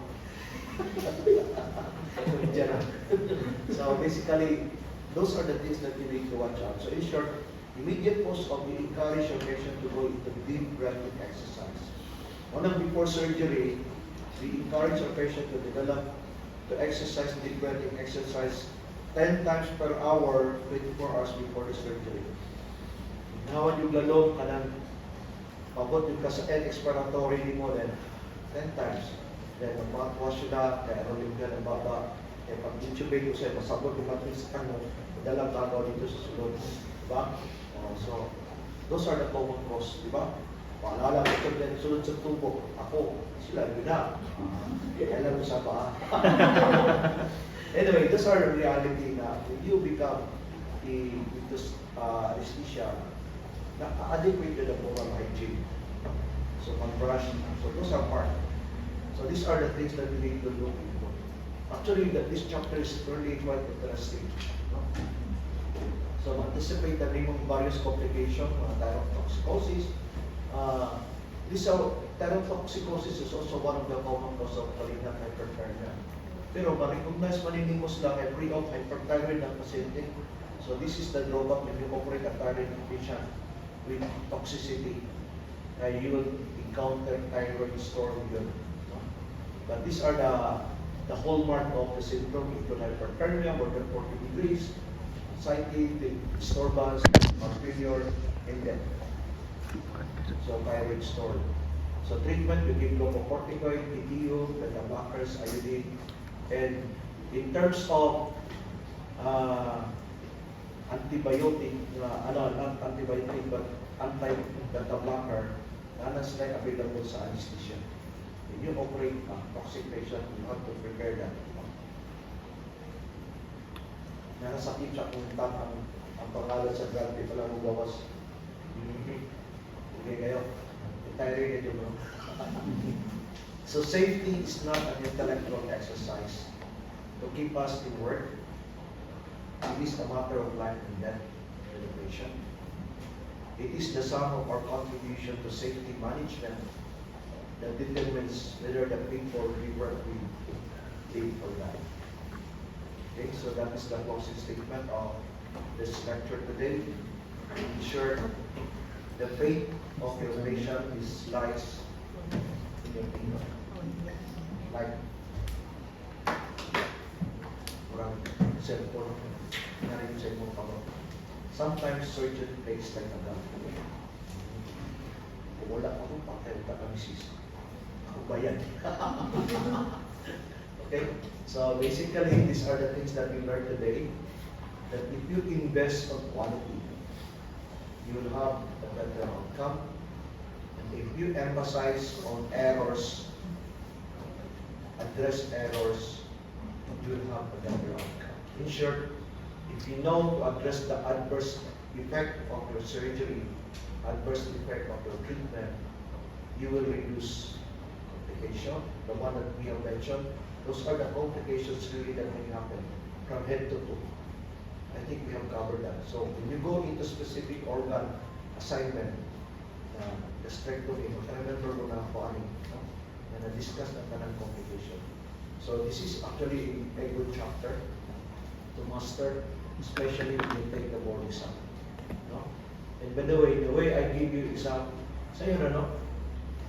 Listen, because those are designed for the board exam.